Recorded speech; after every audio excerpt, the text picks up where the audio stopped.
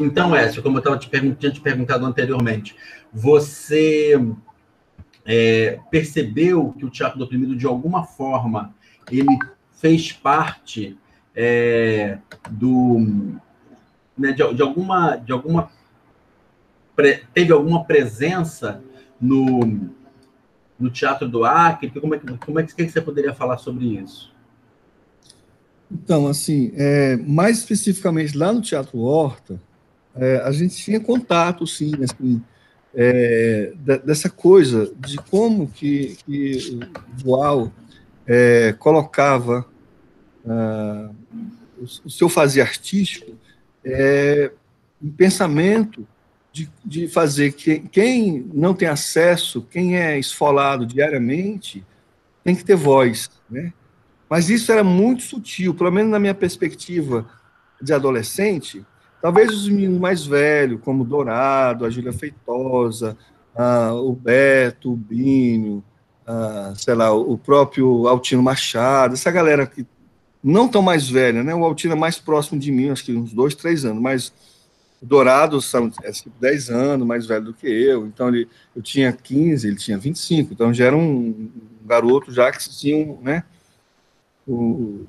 uma cabeça assim já. Né? E eu estava naquela coisa de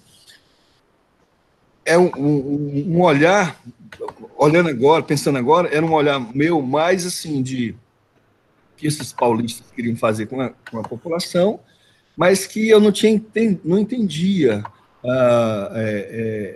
de como que isso a gente poderia atingi-los, né? Ou se a gente ia conseguir atingi-los, né?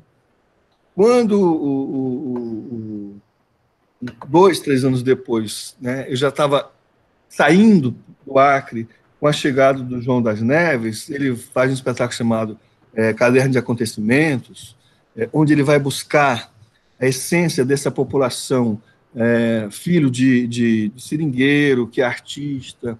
Então, ele vai buscar as histórias dos seringais, dos rios e barrancos. Isso ficou muito mais latente assim, para mim. Assim. Eu falei, ele está mostrando quem somos nós. Ele tá não que o João das Neves estava mostrando quem somos nós, mas ele estava criando possibilidade de a gente se ver de uma forma mais presente. Lá em 78, 79, 80, cada acontecimento vai ser 84 por aí, 85. Naquela época do início, a nossa ideia não era pensar o teatro do oprimido como uma ferramenta, porque a gente, naquele momento, não tinha essa leitura, nem a leitura física de ler os livros, né? Do UOL, já está dando um sol aqui, peraí. E a sua proposta, né? De um teatro novo, de um teatro político, que vai trazer transformações, propõe transformações sociais, então e também olhares para dentro de si, do seu universo, né? Seja lá no litoral sul ou aqui na Amazônia. Obviamente, a gente tinha pouco acesso, né, a essa comunicação.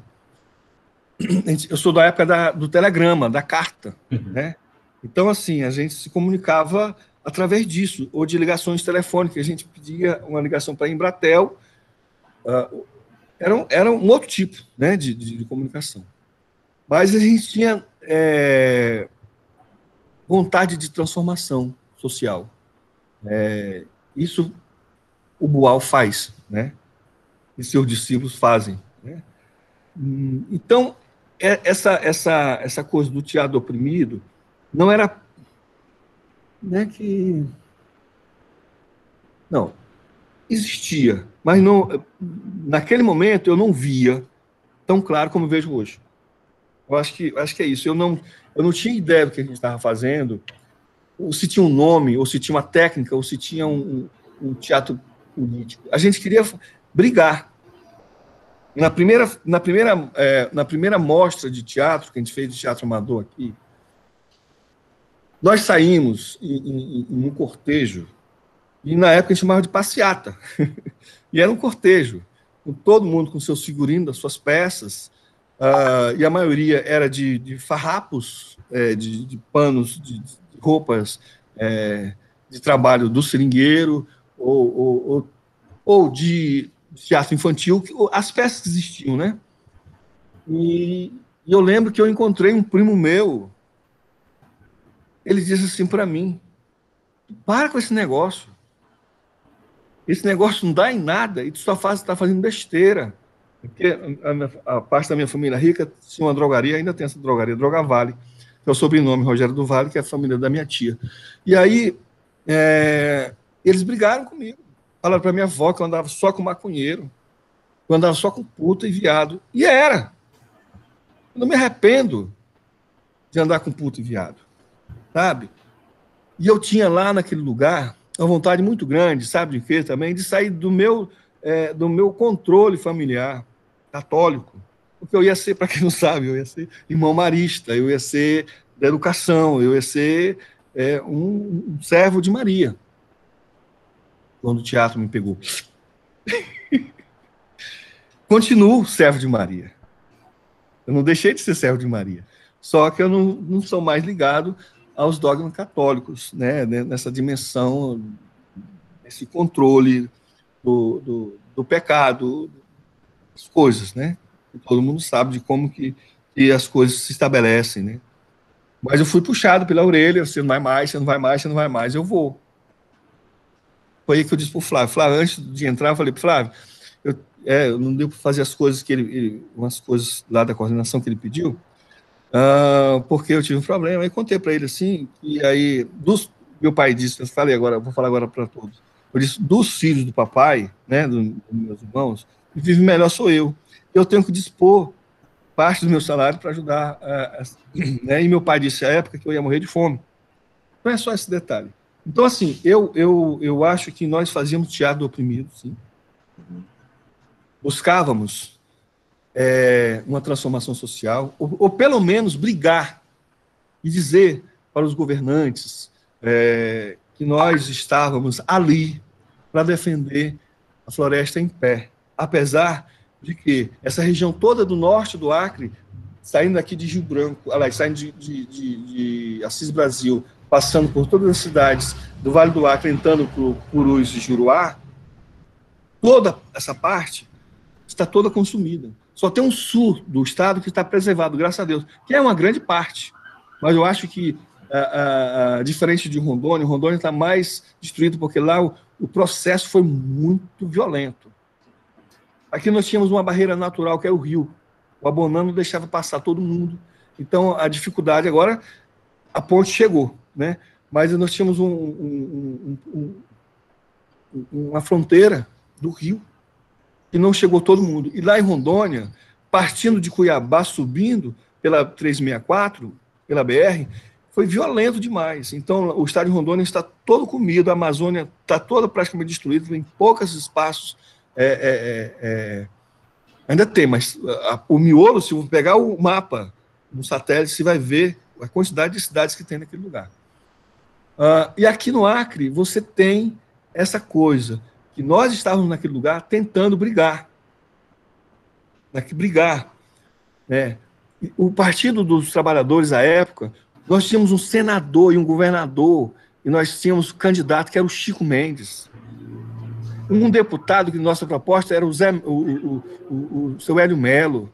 Então, eram os artistas e os seringueiros. E o cara lá de Chapuri, que ninguém conhecia no Brasil nem no mundo, mas nós conhecíamos aqui, que ele fazia esses empates. Ele fazia empate lá na floresta, lá nas colônias, lá nos seringais. Nós fazíamos empates aqui na cidade contra o desmando do Branquinho, do governador da época. Você tinha o Gel de Mesquita.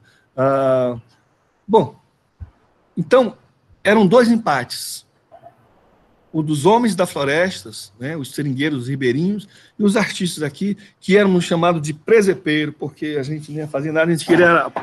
Nós tínhamos uns... Aqui está dando sol, já bem que eu falei para o Flávio. Nós tínhamos... Deixa eu ficar para cá. Nós tínhamos interesse apenas de aparecer, apenas de botar nossa carinha lá, né? Então, assim, eu acho que a gente fazia teatro do oprimido, sim, a gente não tinha nome, A gente não dava esse nome. A gente dizia que era teatro, né, que nosso, né, que era para a gente brigar, para a gente fazer. Obviamente, não era todo, no movimento, não era todo mundo que fazia. Uhum. Não era todo mundo. Tinha uma grande parte que fazia, mas tinha outra galera que fazia teatro infantil, daqueles de Cinderela, Castelinho, né, aquelas coisas. Tinha outros que faziam os teatros, os textos consagrados, tanto aqui do Brasil como os que já são mais consagrados, né, de origem grega, né, as tragédias e tal.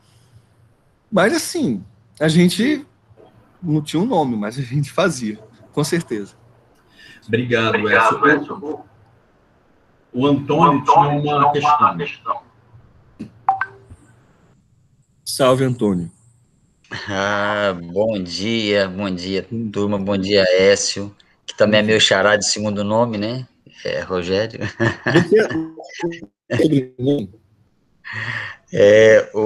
Essa conversa do Écio, tá me lembrando aí boa parte da minha infância, tô falando assim, daquelas pessoas que a gente gosta de ouvir, sabe? Uma fala gostosa, tá me lembrando? Me lembrou aqueles festivais de teatro que a gente sentava para ouvir a Lélia Abramo falando, o Ademar Guerra, era uma turma que eu sentava, o menino era bom de ouvir, e você me trouxe, a tua fala me trouxe isso de novo, essa coisa gostosa de ter quem ouvir, que tem história boa para contar. Aí, tu disse que tu é de 64. 10 anos depois que tu nasceu, o Médici entra no Araguaia, tá, e começa a matar um monte de paulista, tá, que montou escola, que fazia teatro, sabe, que só fazia coisa boa, né, e ele disse que esse povo era comunista e que estava contra o Brasil, né, eles se autodenominavam guerrilheiros, porque eles queriam uma coisa nova para o Brasil. Eu pergunto, tu se sente também um guerrilheiro do Acre? Você se denomina um guerrilheiro do Acre? Ô, Antônio, eu não me sinto, não. Eu não me sinto, não. Eu acho que eu sou aprendiz. Eu sou aprendiz, apesar da idade. Daqui 3 anos eu faço 60, esse é o plano. Se tudo der certo, chegarei lá. Mas, assim, Alô? Estamos te ouvindo.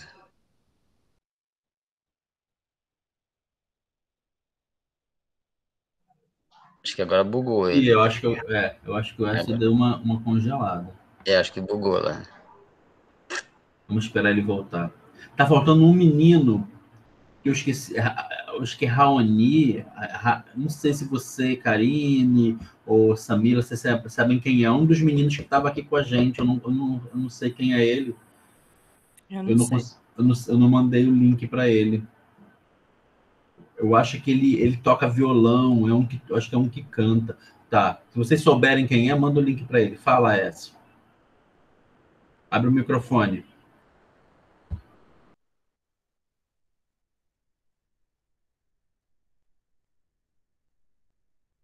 Caiu, minha conexão do computador caiu.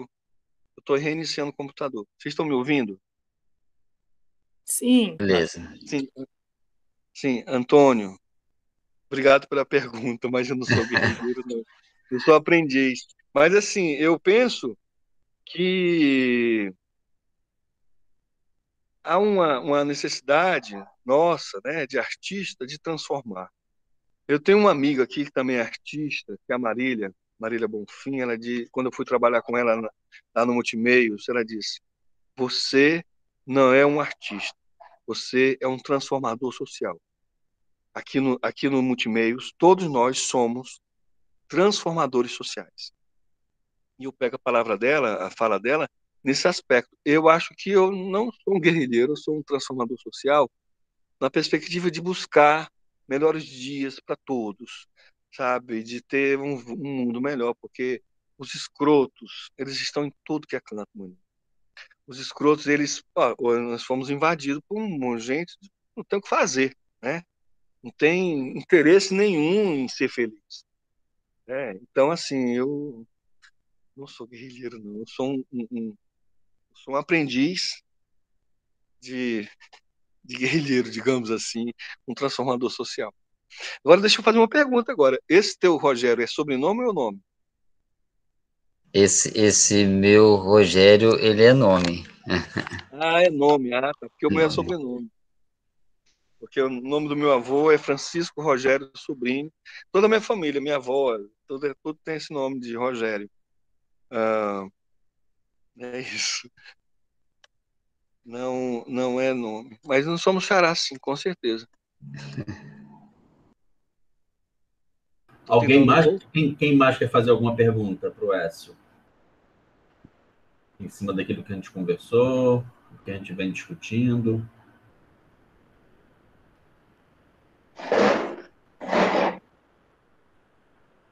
Pessoal, bem que eu falei, Flávio, o pessoal ia pegar bonito. Paulo. Paulo ou Fabrício? Foi Paulo que levantou, né? Oi, estão me escutando? Sim, sim, Paulo. Eu estou tentando exercitar fazer um exercício de ouvir, que eu falo muito. E eu acho que é bem bacana quando a gente aprende a ouvir, que a gente tem essa possibilidade de troca ainda mais, né? Na verdade, é um comentário que eu acho que o Écio já respondeu, né? Eu brinco agora que nós, que apesar de não ser oficial, nós somos um braço, estamos do afluente do Gesto da Floresta, né? Eu falei na outro encontro que eu ia me apropriar disso.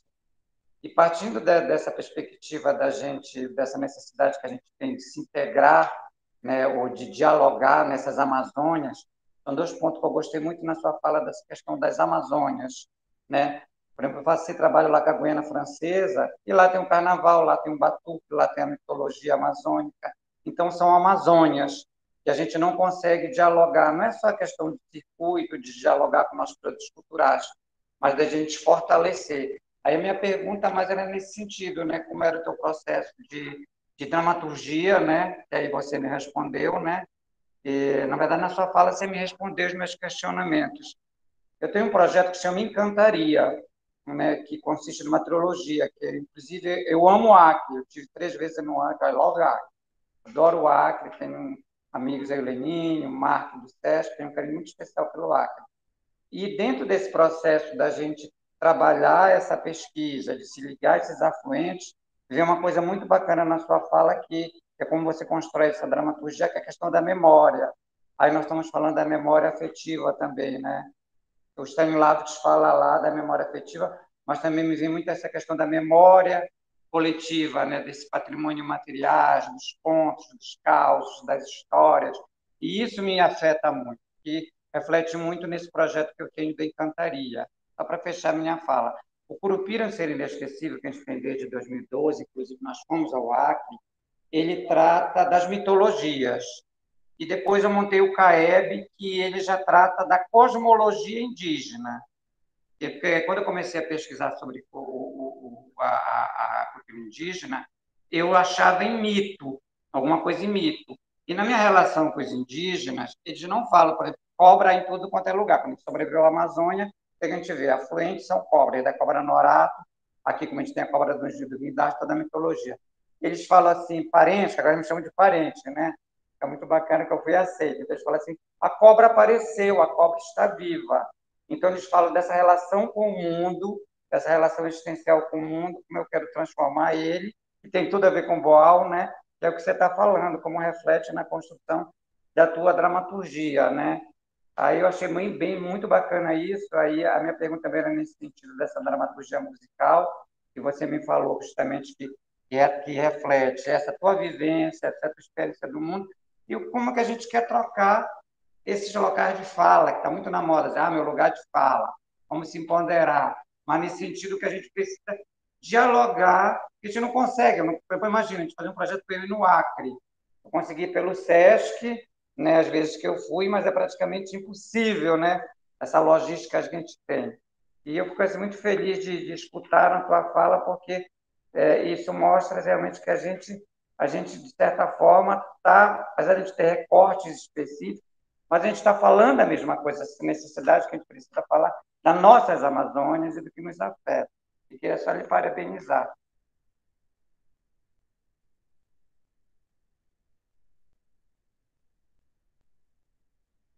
Quer dizer, não é nem tanto Liga uma o pergunta, é um microfone. comentário. Liga o microfone.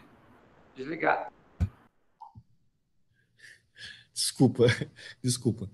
Então, quando você estava falando, eu estava lembrando de que o que forma a Amazônia são essas Amazônias, né? Cara, o sol está cada vez mais maravilhoso. O que nos forma são essas Amazônias todas, né? Desde o seu nascedouro, desde o começo, das entradas todas, inclusive da invenção do nome, foi feito a partir da mitologia lá da Grécia, né? Dessa história o que é Amazo, né? Que é maso é seio, amazo é sem seio. E tem a história de que nesse lugar, né? Cavarral de que esse lugar, os indígenas diziam, tem umas mulheres enormes que não têm os seios, que elas têm ouro, tem não sei o quê. Então, essa invenção de Uno dizer que a Amazônia não se enquadra, da mesma forma não se enquadra na África. O cara fala assim, foi para a África, onde? Se lá é um continente. Aí, vou para a Amazônia, onde? Se lá são várias Amazônias. E os fazeres, como você disse, são os mesmos, mas são específicos, porque são vários. Não podemos dizer, encaixotar a Amazônia e o fazer artístico dos seus habitantes, artistas, inventores de sobrevivência, né? Como um uno, mas sim vários, sabe? Tudo. Se você pegar a cultura do Mar Abaixo, né? Que aqui não tem, e você pegar o carimbó, que aqui tem, mas não como tem lá na região do Pará, né? Em Belém. São várias coisas, né? Teve um sujeito aqui que perguntou: o Acre não tem cultura. O nome dele, vou dar o nome, chama-se Antônio Carlos do Nascimento. Um cara lá do Rio. Ele toca bandolim, é um compositor muito bom. Só não gosto dele, mas ele é um ótimo compositor. E ele veio dizer que no Acre não tinha cultura, que não tinha música. Eu mandei ele catar coquinho, porque eu não posso discutir uma pessoa que chega de fora e dizer que nós não somos nada. Então, quando você vem somar, né, Paulo, quando você vem dizer que tem a cultura do Mar Abaixo, quando eu vim aqui, quando eu vi uma apresentação aqui no Casarão, pela primeira vez na minha vida, completei um bumbo do Mar Abaixo, eu enlouqueci. Então, não podemos fechar as memórias, o fazer artístico de uma Amazônia, mas de várias, né? Obrigado pela pergunta, pelo comentário. Deixa só um comentário só antes de o Flávio pegar de volta. Os únicos lugares que eu não conheço do Brasil é Roraima e Amapá. Mas, passando a pandemia, tem um projeto de chegar nesses dois lugares. Tá certo? E Piauí, desculpa. E Piauí. O resto, eu conheço todos esses lugares, mas não conheço Piauí, Roraima e Amapá. Estarei em Boa Vista, Teresina e Macapá. Em breve. Isso aí. Se você pode... eu tenho uma questão para falar para o Écio, mas alguém tem alguma questão, eu posso dar o espaço. Então, vão pensando aí nas questões. Você pode falar um pouquinho mais do seu trabalho com material reciclado, que você falou, né, que faz esse trabalho de criação de instrumentos. Como é que é essa sua relação com a questão do meio ambiente? Depois fala, tá? Depois o Rafael, né? Rafael quer uma pergunta, né, Rafa? Tá. Bom, assim, porque eu fui fazer instrumentos porque eu não tinha grana. Quando eu era criança, não tinha grana. Né? Meu pai era professor, do Diogo Feijó, minha mãe trabalhava no Fundo Rural, então, assim, a grana era curta só para chegar até o final do mês, assim, para comprar comida, né? Então, assim, aí, quando eu ganhei meu primeiro violão, eu tinha 12 anos de idade. Antes, eu fazia todos os meus instrumentos, eu inventava, buscava fazia chocalho, fazia violão com lata, eu fazia tambor de lata, eu fazia tambor esticando saco, na época chamava saco de matéria plástica, tá? Saco na época não tinha supermercado aqui no Acre, mas o saco que a gente achava que era uma coisa rara, todos os sacos de mantimentos eram de papel, né? Olha que legal, cara, era papel, apesar de que papel é árvore, mas o plástico também, tudo é uma loucura, né? Então, eu pegava esses lixos, aspas, e transformava em objeto sonoro. Hoje em dia eu chamo de objeto sonoro. Na época eu dizia que eram meus instrumentos, e eram meus instrumentos, né? Assim, mas se você pensar que tudo que o homem produz nesse planeta tem uma consequência de lixo, seja ele no plástico, seja ele no saco de papel, que é feito de árvore, tudo isso é um prejuízo para a natureza. Então, assim, eu não fazia reciclagem porque reciclagem não existe na perspectiva do que eu fazia. Eu fazia transformação desses restos, desses retalhos, desses lixos, né? Então, assim, quando você recicla, você transforma fisicamente o material. No caso, eu transformava quimicamente, fisicamente. Eu pegava e transformava só fisicamente. Eu pegava a lata e virava um tambor, eu virava um violão, virava um chocalho. Você ressignificava, né, aquele objeto ali. Isso, nessa perspectiva. Eu buscava sempre isso, mas era por uma necessidade. Se eu tivesse grana, possivelmente, se eu fosse filho de rico, meu pai comprava um teclado, nem que seja Cássio, um violão, nem que seja tonante, mas compraria, né? Mas não tinha grana. E o papai dizia, olha, não tem não, né? Quando minha mãe comprou o violão, sabe aquela parte assim que é baixa do violão? Eu fiquei horas assim, abraçado. Ih, eu vou chorar. Parou. Eu fiquei horas abraçado com o negócio. Porque eu falei, que é isso? Porque para mim era muito mágico, cara, porque era um instrumento mesmo. Era um violão. Isso, rapaz. Fui longe agora, viu? Tinha 12 anos. Tem um detalhe, pessoal. Eu sou uma pessoa muito desequilibrada emocionalmente. Qualquer coisa eu choro. Então, vou mudar de assunto. Foi isso. Qualquer coisa mexe com o meu emocional. Uhum.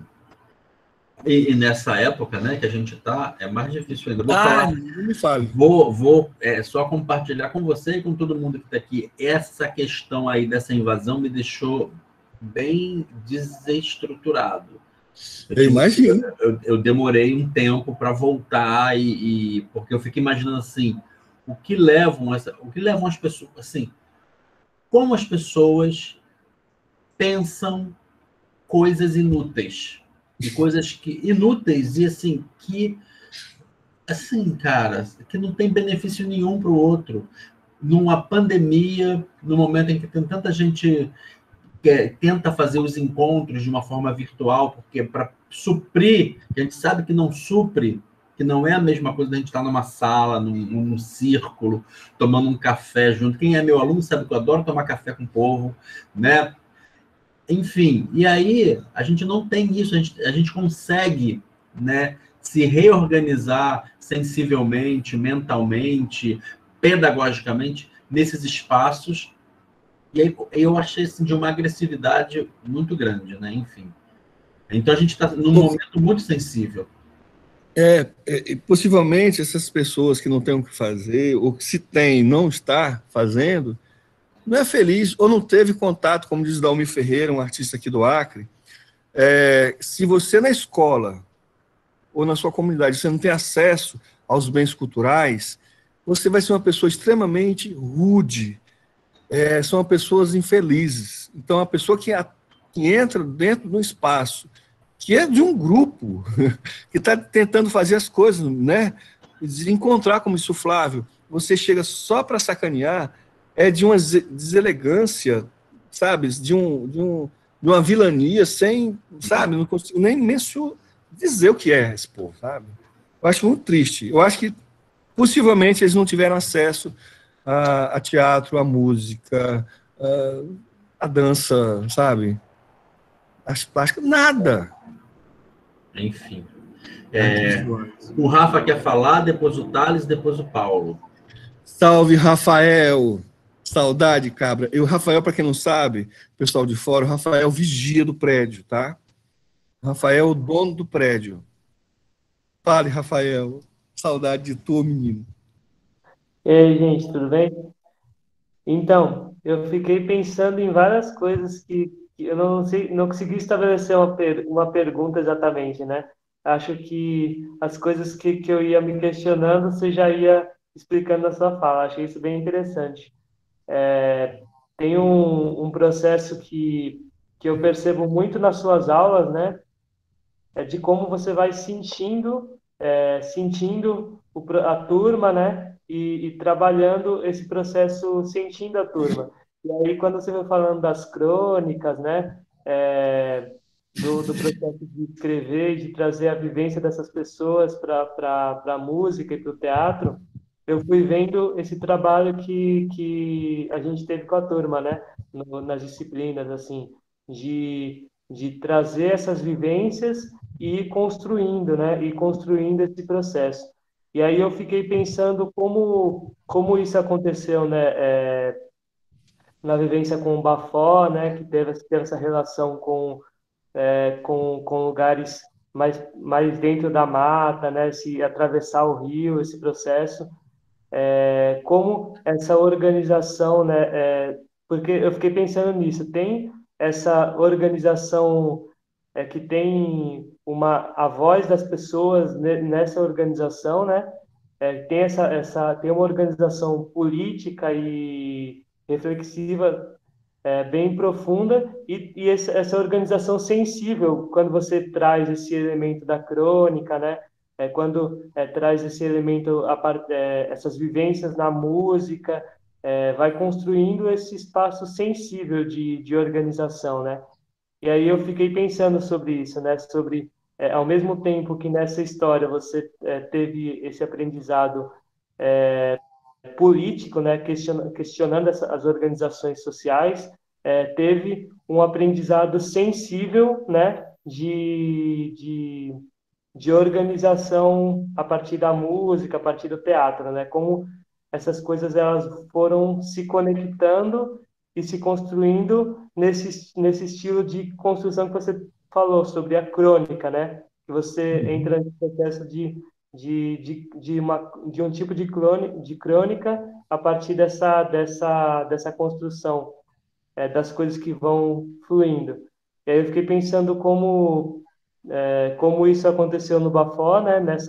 Nessa relação mais que você teve dentro da floresta, não sei, com os indígenas, né? Com pessoas que estavam dentro desse processo do seringal, dentro da mata, né? Como foi esse processo de sentir essa organização política dentro da floresta, né? Que todas as organizações elas têm um estilo. Essa na cidade tem um estilo. A organização das aulas, né? Quando a gente vai criando quando a turma vai criando dentro dos processos de aula, né? Que a gente trabalha contigo e como dentro da floresta tem essa organização também, né? Como foi criar nesse espaço dos rios e das árvores, junto com os estudantes nesse processo de crônica também, né? Que você vai desenvolvendo ao longo do seu processo. Não sei se ficou confuso, mas eu tentei. Qualquer coisa eu tento reformular isso aí. Não, mas eu acho que eu entendi, assim, dentro do que você falou, eu entendi, sim. Falando especificamente sobre o nosso barco, lembra que nós fizemos um barco na aula? Você lembra que a gente fez o barco, que a gente caminhava, a gente fazia movimentos, a gente falava, subia, anunciava, que ali são memórias coletivas, como disse muito bem o Paulo, acho que foi o Paulo que falou, ou então foi o Antônio, acho que foi o Antônio, não lembro. Mas, assim, de como que nós somos atravessados, como isso nos afeta. Quando é proposto na aula fazer uma sonoridade ou uma cena a partir do nosso lugar, a partir de quem somos nós, eu acho que isso vai alimentando e nos trazendo mais ideias de como somos, de quem somos, e como devemos fazer para nos preservar, não dentro de uma redoma de vidro fechado, mas nos preservar como essência, e dialogar, porque toda cultura é atravessada e ela se transforma, ela vai, né? Mas assim, de nos preservar fazendo o que é o bem. Pensando o seguinte, você é um paulista, né? Mas como disse muito bem, um paulista do bem, né? É um jovem que tem todas as intenções boas do mundo. Quando você vem para a Amazônia com essa coisa de pensar a floresta, pensar a sobrevivência desses homens e mulheres que estão no interior da mata, sobrevivendo, ou sendo esfolados vivos, você traz coisas boas, né? Possivelmente você não vivenciou o que nós estávamos ali fazendo, aquele barco, aquela cena de gente, um humano virando barco, né? E o outro entrando no barco e fazendo o movimento do barco, e nesse caminhar desse barco. Você trouxe uma melodia, você fez uma canção, e essa canção era sua, do seu ponto de vista, né, do seu lugar de fala. Então, quando você está nesse lugar que é a Amazônia, você é atravessado por esses universos todos. E vou fazer, dentro da minha fala, um parêntese de quando eu fui atravessado por uma cidade chamada Santa Rosa do Purus. Para quem é de fora, aqui no Acre tem um lugar chamado Santa Rosa do Purus, que está encravado no meio do Acre, tá? Naquele biquinho ali que é o mapa do Acre, é quase uma máscara do Zorro ou do Hobby, naquela parte, bem no meio, ali fica Santa Rosa do Purus, e ali em volta tem 2 reservas, tirada pelo governo na época do Lula e do governo na época do Jorge Viana. E ali aquela cidade está preservada. E lá se fala Runicuim. Lá se fala a língua, na cidade, português, no fórum, no cartório, no banco. E lá é uma agência, aqui tem a Caixa aqui. E também a população fala Runicuim. E quando eu cheguei lá, entrei no avião, subi e desci. Uma hora depois, eu estava num outro lugar, num outro espaço-tempo, que eu fui enlouquecido. Liguei para o Mark Clark, falei, Mark Clark, muito obrigado por conhecer esse Acre que eu não conhecia, que está preservado, porque está dentro de 2 reservas. Não tem estrada, só vai de avião ou de barco. E de barco são 5 dias subindo o Purus. Então,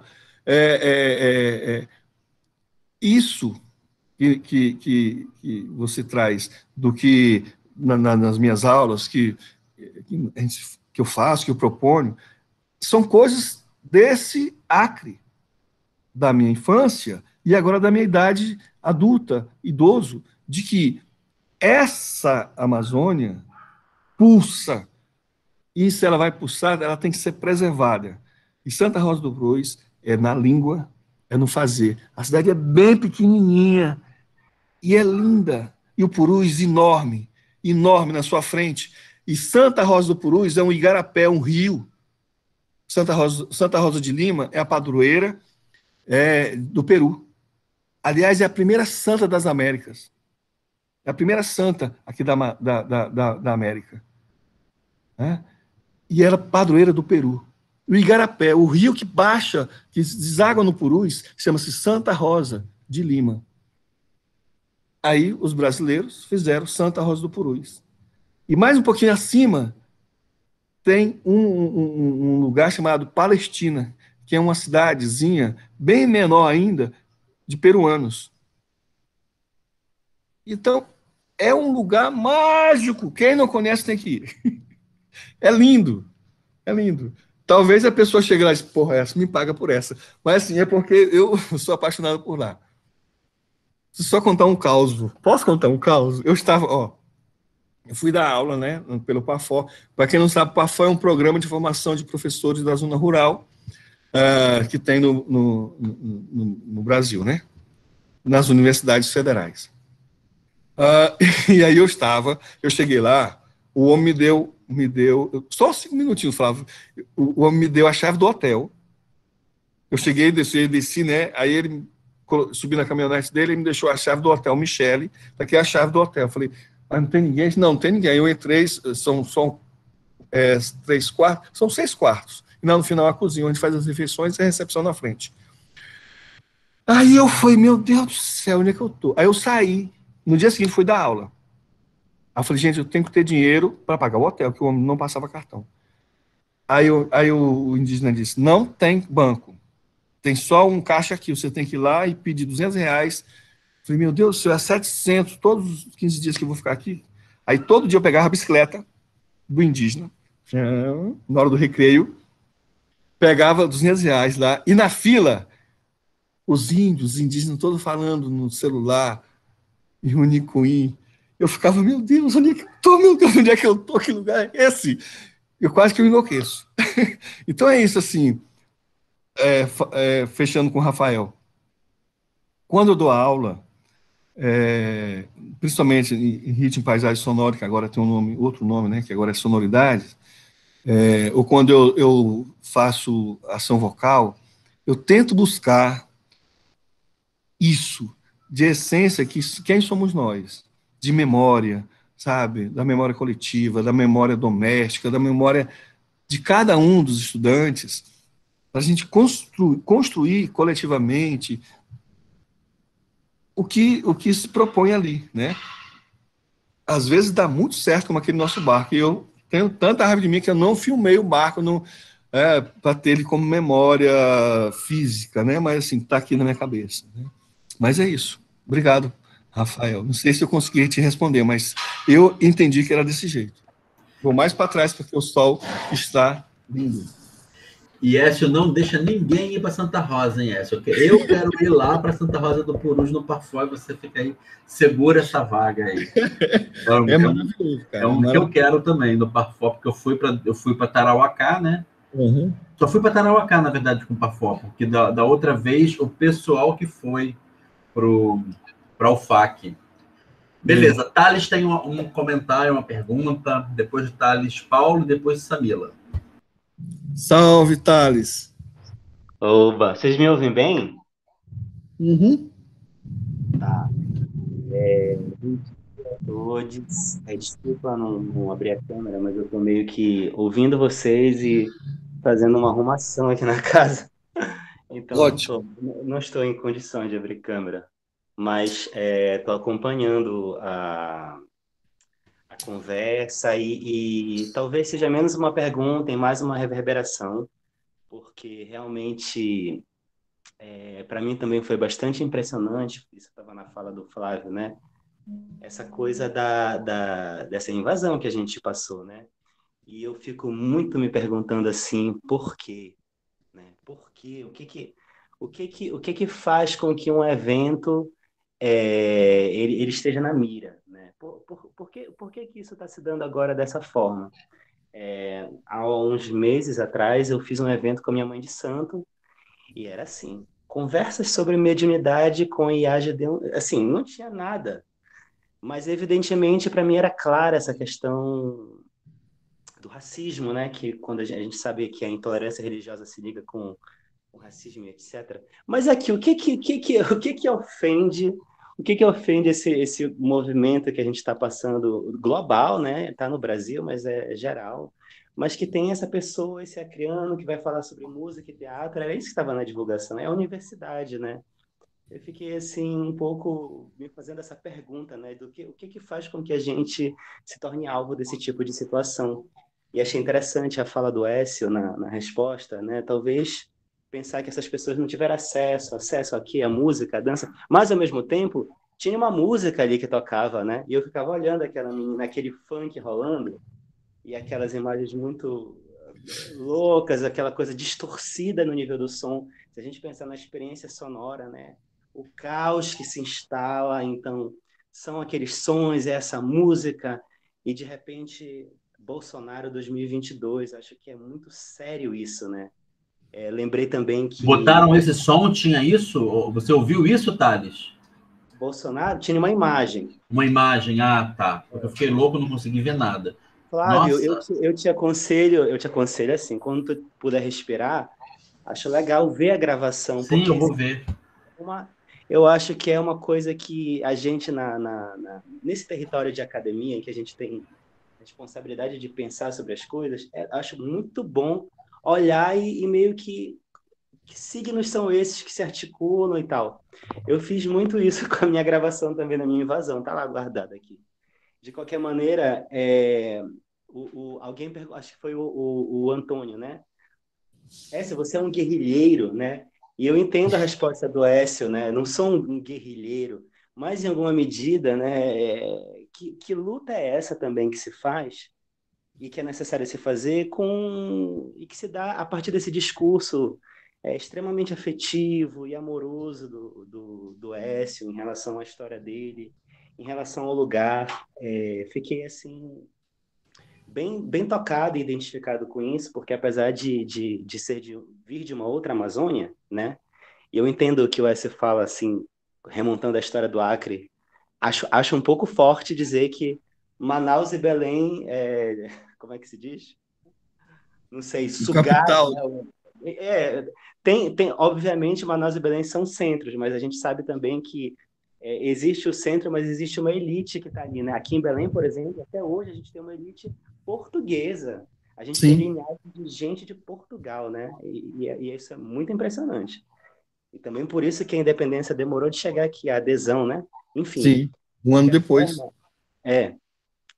forma, fiquei um pouco pensando nisso, assim, de que realmente a gente se conecta nesse lugar de margem, né? Quando a gente pensa na Amazônia, nesse discurso produzido a partir da Amazônia.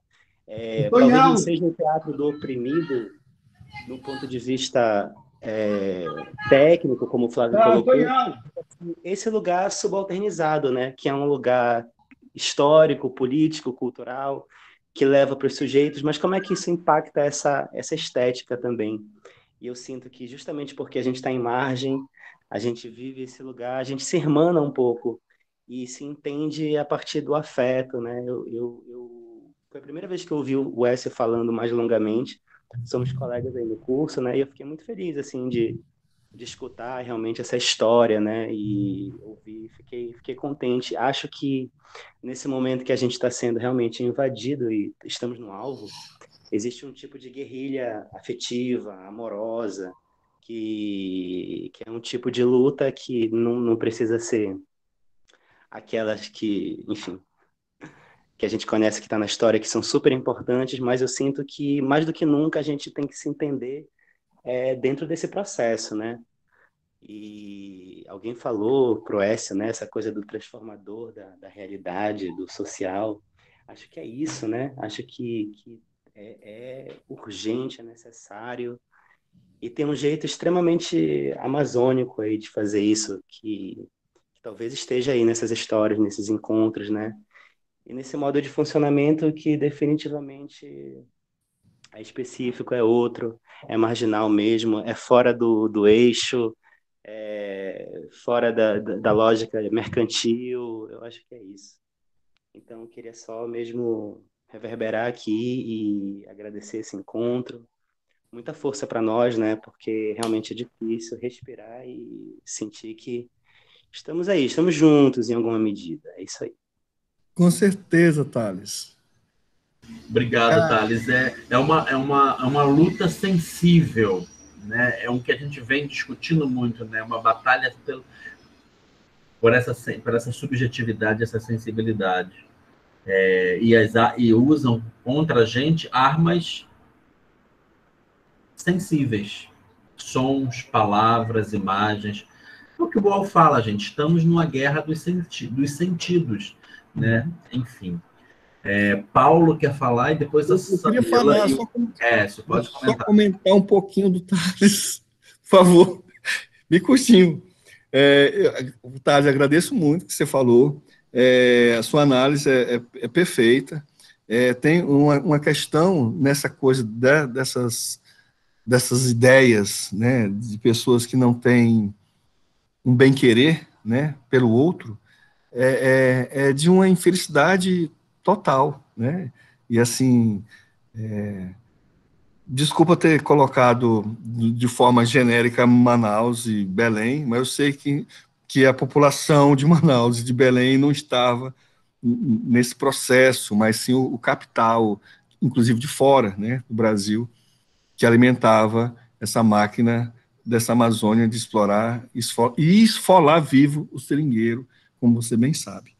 Mas muito legal a tua fala, viu? A tua reverberação. Beleza.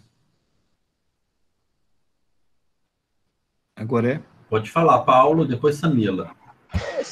Flávio, tem outro Paulo ou sou eu? Só tem você. Ah, tá, tranquilo. Teve duas coisas assim, bem interessantes, tanto na fala do Tales como do Samuel. Eu tenho uma pergunta e um comentário. A pergunta é exatamente como você teve a oportunidade de sair, viajar, como eu, por exemplo, eu tive a possibilidade. E assim, sabe, a partir do momento que a gente vê a Amazônia de fora, a gente constrói um outro olhar, né? Eu tive a possibilidade também de morar muito tempo fora do Brasil, e ver o Brasil de fora é um outro olhar, né? E, infelizmente, a gente tem as leituras da Amazônia sobre o olhar do colonizador. Aí a pergunta é, como esse ver a Amazônia de fora influenciou na sua dramaturgia, no seu processo criativo, na sua dramaturgia sonora, e como isso verberou na tua estética, que é o que o Tales lá provocou, né? Essa é a pergunta, né? Porque, assim, no meu retorno, eu morei 13 anos fora do Brasil, né? Eu morei na Suíça. Quando eu voltei, eu ficava naquela coisa assim, que às vezes eu estava na frente do Rio Amazonas, Macapá é banhado pelo Rio Amazonas de frente, dizia, poxa, olha esse mururé, que é uma planta aquática, que lindo aí. Os amigos falavam, mas eu não estou vendo beleza aí. Aí eu comentava, mas porque eu tinha apenas 2 meses, quase 3 meses de sol. Então, a questão da valorização da vegetação, toda essa releitura, não é nem releitura, mas não, toda essa valorização dos sons, dos sabores, dos odores amazônicos. Tanto que, por exemplo, quando eu viajo num país, a primeira coisa que eu queria ir numa feira. É lá que você vê o país, lá que você vê a cultura, né? E nesse momento aí eu comentaria a questão é justamente como isso verberou na tua estética, né? Porque assim, a gente acaba tendo, que tem muito a ver com a sua fala agora, essa visão de ver a Amazônia pelo olhar do colonizador. Por favor, não estou dizendo que os sulistas, o povo do sul que vem de fora para a Amazônia é colonizador. Falo no sentido da gente a gente como amazônico, né, como ribeirinho, como da Amazônia, a gente volta e a gente passa a valorizar determinadas coisas que antes talvez a gente não supervalorizasse. E o comentário é sobre essa... Infelizmente, eu fiquei chocado aí com essa invasão, né? Porque, assim, a gente usa o discurso, nós precisamos ter agora uma política de afeto, esse é um discurso, né? E está toda aí a mídia, está toda a facilidade de comunicação, e como o Flávio colocou, a gente sente essa necessidade de ter esse olho no olho, dessa relação mais próxima, dessa relação intersetorial, dessa relação mais afetiva. E quando a gente encontra uma pessoa nesse momento que tem toda essa facilidade de ter acesso a essa tecnologia, que nós artistas tendo que se reinventar no nosso processo criativo agora. Para fazer teatro gravado, para mim, não é teatro, é uma forma da gente sobreviver e reinventar o nosso fazer teatral. Aí eu uso a questão do guerrilheiro cultural, que eu me coloco como um guerrilheiro cultural. Por quê? Porque não é de hoje que a gente vem brigando para a falta de políticas públicas para a cultura, a valorização da arte cênica, da gente não ser marginalizado como artista, se bem que eu gosto de ser marginalizado. Eu gosto de estar nesse lugar de ser um marginal no sentido de eu poder ter este olhar diferencial sobre o meu trabalho ou sobre o que eu quero falar. Só para fechar minha fala, a gente sabe que a gente tem, não gosto dessa palavra de deficiência, mas a gente tem uma ausência muito grande de dramaturgos, né, que escrevam para teatro, principalmente aqui na Amapá, essa é a minha realidade. Aí a pergunta, volto lá na pergunta, como isso influenciou dessa necessidade de a gente fazer esse registro sobre o que eu vejo a Amazônia, como eu sou amazônico e como eu tenho necessidade de registrar isso dentro da minha dramaturgia. E obrigado pela fala do Thales e do Samuel, assim, muito bacana. Rafael. Thales e Rafael. Samila, Quer comentar alguma coisa, essa? Desculpa. Eu queria. Claro. Porque senão eu vou perder, eu sei, faz só em bloco, só que eu tenho um problema muito sério de concentração. Se eu não falar, aí eu falo, meu Deus, esqueci de falar. Ó, eu vou esquecer. Então, Paulo, assim, eu nunca morei fora do Brasil, né? Eu morei fora da Amazônia, e fui morar no Cerrado. E eu achava muito feio o Cerrado, né? Hoje em dia eu gosto, hoje em dia, assim, mas quando eu cheguei em 86 lá, no dia 4, no dia 4 de janeiro de 86, eu achei aquele lugar muito estranho, especialmente Brasília, né? Mas, assim, longe da Amazônia, foi que eu fui valorizar de uma forma mais, assim, afetiva as pessoas, e o espaço físico, né? E o espaço geográfico da Amazônia e suas belezas. Mas, da mesma forma, quando você voltou da Suíça, quando você foi olhar como que aquelas águas barrentas, aquela vegetação ali te atravessava, como ela te dizia coisas. E assim, quando eu volto no ano 2000, não, em 2001, eu tinha, bom, era outra pessoa, obviamente, e tive um olhar mais precioso, principalmente das minhas memórias. Foi a partir daí, dessas minhas memórias, que eu fui traçar, sem saber que eu estava fazendo, essa dramaturgia afetiva, essa dramaturgia que buscava me reencontrar, né? Acho que da mesma forma você tentou se reencontrar quando volta da Suíça. Eu não me imagino morando na Suíça. A minha ex-mulher mora lá, e o frio lá bate no meio da canela. Eu vou parar de falar porque o tempo está acabando, né? Só tem 13 minutos. Samila. Desculpa, Flávio, já estou te roubando tua função. Não, fica à vontade. Samila. Eu vou tentar construir um raciocínio lógico aqui, porque eu estou extremamente gripada. Meu Deus. Mas a minha pergunta tem a ver com o que o Paulo acabou de dizer. Uma coisa que eu venho pensando muito, e agora ainda mais nesse processo de guru, do Gesto da Floresta, é sobre público. E aí, durante a reunião, eu fiquei pensando nos espetáculos que eu já tinha assistido, que você ou estava na construção inteira, ou estava participando de alguma forma, tocando, encenando. E é engraçado, assim, para mim, pensar, porque é muito diferente das outras apresentações que eu vejo até dentro do nosso próprio curso, que tem essa intenção de formação de público, né? E aí eu fiquei pensando, nossa, mas o público do S é tão diferente, como é que ele pensa esse público dele? Porque assistir um espetáculo seu, a gente entra dentro do espetáculo, é um espetáculo que é engraçado, eu comecei a perceber isso no organismo, eu ficava olhando a reação da plateia, né? E aí o povo ria, e o povo entrava mesmo dentro do espetáculo. E aí eu queria que você falasse dessa sua relação com o público, porque não só na forma de apresentar, mas na escrita, eu percebo que tem essa coisa orgânica voltada para cá, né? É um acriano que escreve para os acrianos. E pensar também, assim, como é que você pensa o público do teatro? Porque você está dentro de um curso, né, que também tem essas intenções de formação de público, mas que a gente vê, na maioria das vezes, uma formação de um público que é de fora, que é que um público, por exemplo, de São Paulo, uma coisa que é para lá, vinha para cá, né, que o público daqui receba da mesma forma que o público de lá recebe. Né, que é uma coisa que até o próprio Grupo Gesto da Floresta ele vem quebrando, né, pensando daqui, né, a gente está pensando de dentro para fora, não de fora para dentro. Então, a minha questão é essa, assim, de você falar como você pensa o seu público, né, nesse seu processo de ser artista, até mesmo de ser professor. Eu te odeio, porque eu não tenho resposta. Você me colocou na saia justa já no final da fala, do encontro. Bom, estou brincando.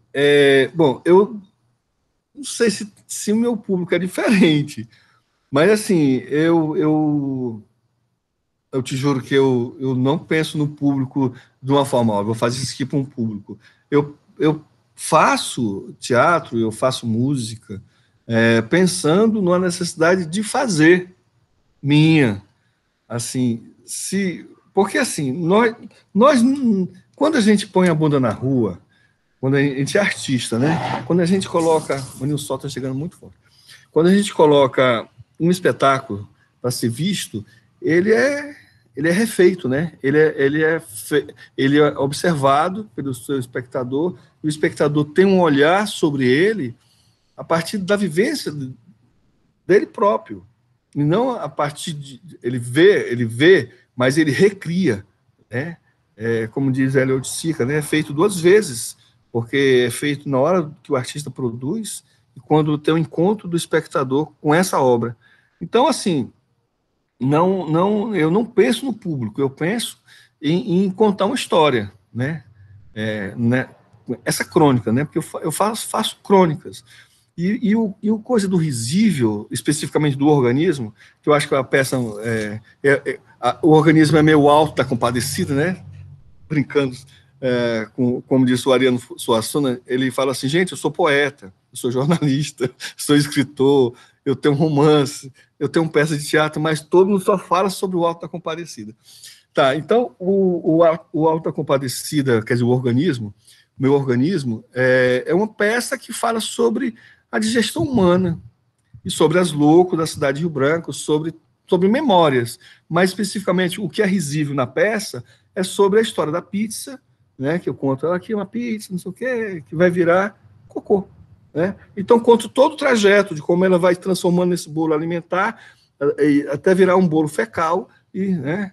E aí o que é risível é isso, porque todo mundo faz cocô, porque senão morre. Aí todo mundo ri na peça que eu coloco isso. Obviamente, né, é porque ele é escatológico, o espetáculo, o texto é muito escatológico, porque tem acho que um pudor sobre nós, né? Como diz aquele filme Eu Te Amo? Não sei se é Eu Te Amo. Esqueci, mas que no filme acho que é Eu Te Amo. Temos um tubo, ele diz na cena, temos um tubo, que a comida entra por aqui, ele sai nesse tubo, que sai lá na outra ponta. É isso que nós somos. Em resumo, o organismo é isso. Eu estou tentando mostrar que nós não somos nada. Nós somos apenas, como diz no texto mesmo, somos apenas fazedores de cocô. Em todas as dimensões. Quando o cara invade o nosso espaço aqui, né, de conversa, ele está fazendo merda, ele está fazendo cocô. Quando o outro destrói, mata um índio, queima um índio, ele está fazendo cocô. E quando a gente come, a gente está pensando em sobreviver e saborear, porque comer é bom, né? E fazer cocô também é bom, porque se não fizer, morre. É a lei da sobrevivência, né? Então, assim, o que é risível na peça é isso, mas eu vou fechar dizendo que eu não penso no público específico. Eu acho que o público, falando especificamente, você falou do organismo, né? Acho que o público se vê meio que numa encruzilhada, ai, meu Deus,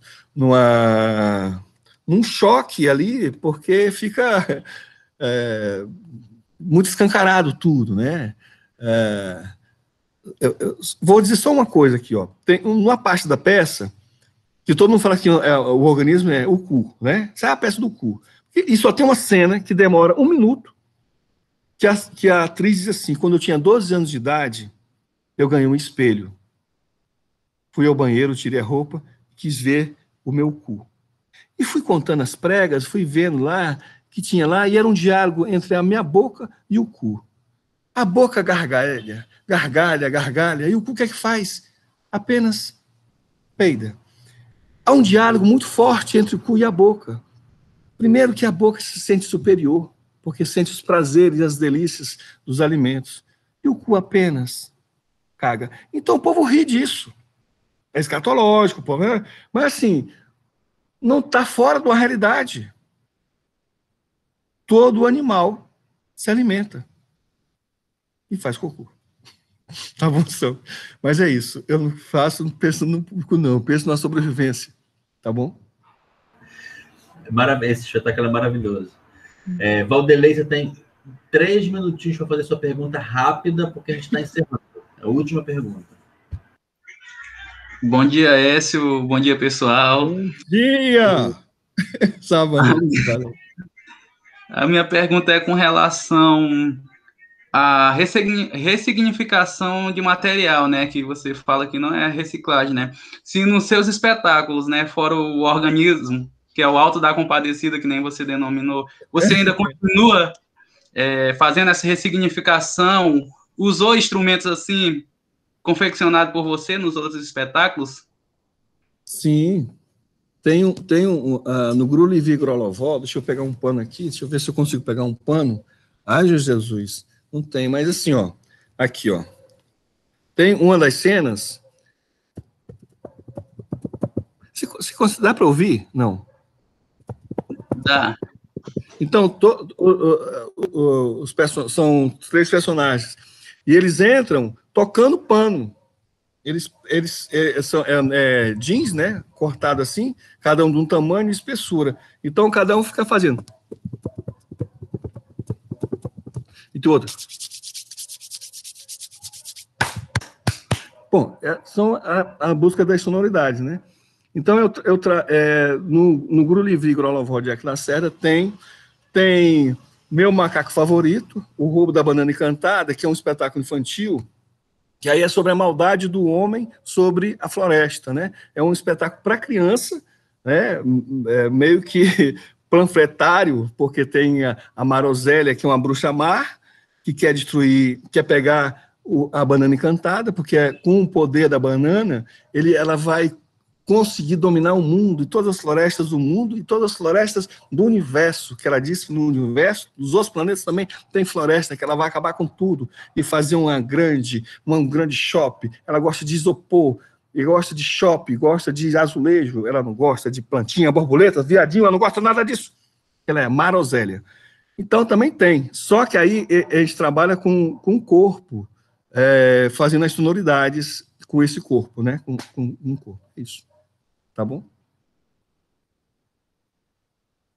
Valeu, eu quero agradecer aqui em nome do Gesto da Floresta e de todos os nossos convidados, né, por essa manhã, Écio, todo mundo que veio.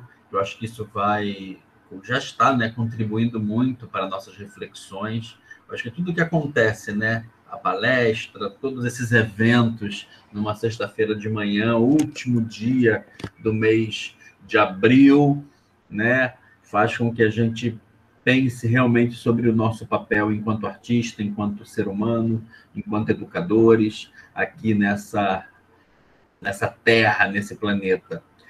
Eu quero finalizar. Amanhã a gente inicia o mês de maio, um mês muito importante, que é o mês das mães, o mês de Nossa Senhora. Então, peguem essa energia, vamos, né, canalizar essa energia para coisas boas, para a gente se fortalecer, né, afetivamente também nesse momento que é difícil para todo mundo, né, muitas mortes, muitas pessoas partindo, uma energia pesada que está aí, né? Enfim, então que a gente possa se reenergizar com essa linda energia amorosa de Nossa Senhora e de todas as mães, de toda essa energia feminina, né? Que o universo nos presenteia, tá? O Écio pode dar suas últimas palavras e eu vou finalizar com a exibição de uma música para a gente entrar bem no mês de maio. Eu quero agradecer imensamente a presença de todos, mais especificamente o convite que o Flávio me fez. Eu juro pela fé de Deus, como diz aqui no ar, que eu estava muito nervoso. Falei, gente, o que é que eu vou falar? Aí o Flávio disse, Écio, eu expandi, tem mais gente de fora. Eu falei, Ai, meu Deus do céu. Então, eu quero agradecer ao Antônio Rogério, a Bruna, o Fabrício, o Flávio da Conceição, o Joberson, que é egresso do curso, Karine, Rafael 2 vezes, a Hillary, a Sam, a Samara, o Samuel, o professor Thales e o Valderlei, que disse, maninho, essa foto não tá boa. Falei, põe essa. Ponha, porque, né? Aí eu mandei até uma outra lá, eu enceno, mas aí eu falei, não. Aí eu falei, fala pro Flávio colocar essa. Ele disse, tá bom. É isso, eu quero agradecer muito. Eu gostei muito da conversa. As pessoas tiveram, assim, um maior carinho comigo, me, me receberam e contribuíram com a fala.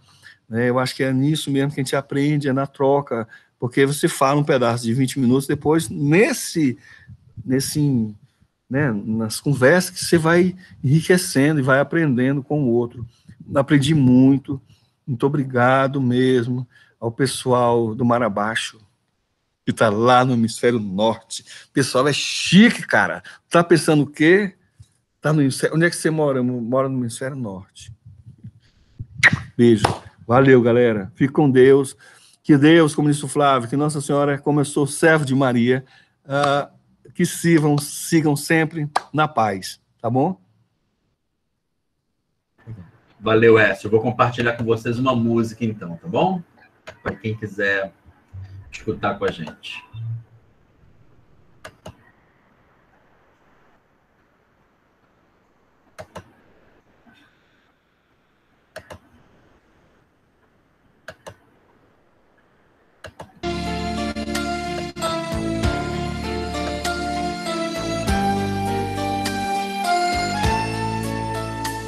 Senhor, fazei-me instrumento de vossa paz. Onde houver ódio, que eu leve o amor. Onde houver ofensa, que eu leve o perdão. Onde houver discórdia, que eu leve união. Onde houver dúvida, que eu leve a fé. Onde houver erro, que eu leve a verdade. Onde houver desespero, que eu leve a esperança. Onde houver tristeza, que eu leve a alegria. Onde houver trevas, que eu leve a luz. Ó Mestre, fazei que eu procure mais consolar que ser consolado, compreender que ser compreendido, amar que ser amado, pois é dando que se recebe, é perdoando que se é perdoado, e é morrendo que se vive para a vida eterna.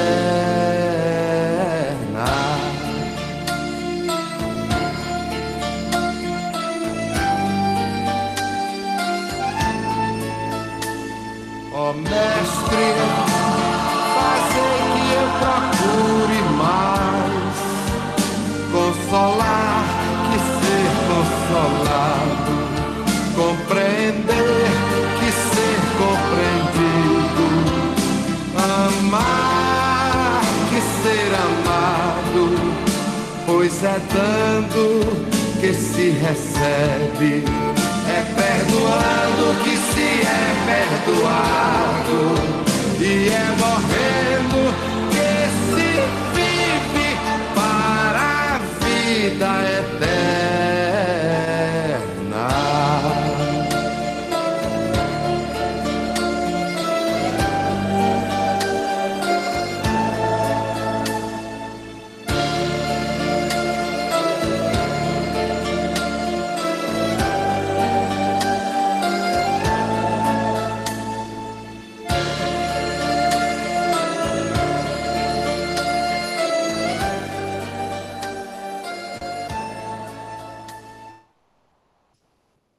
Valeu, Flávio. Valeu, galera. Flávio, teu microfone está desligado. Valeu, gente. Desculpa aí, porque chegando mais, a gente vai ficando mais sensível, né? Enfim. Com certeza. Lindo. Obrigado, viu? Adorei. Obrigado vocês por tudo e a gente se vê. Depois, o projeto da floresta, a gente conversa com calma e a gente vai se falando, tá bom? Vou parar aqui a gravação. Valeu, gente. Obrigado. Desculpa qualquer coisa.